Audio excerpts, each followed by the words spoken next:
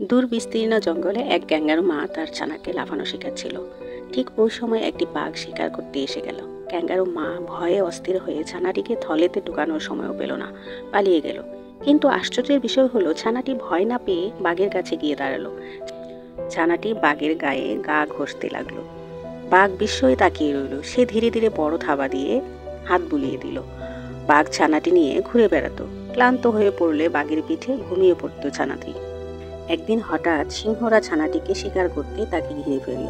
বাঘ বিষয়টা বুঝতে পেরে ছানাটিকে মুখে নিয়ে দৌড়ে এক বড় গাছের মগডালে উঠে গেল। সিংহরা নিচ থেকে উপরে ওঠার অনেক চেষ্টা করলো, কিন্তু বাঘ তাদের প্রতিহত করলো। অবশেষে শিকার করতে না পেরে চলে গেল সবাই।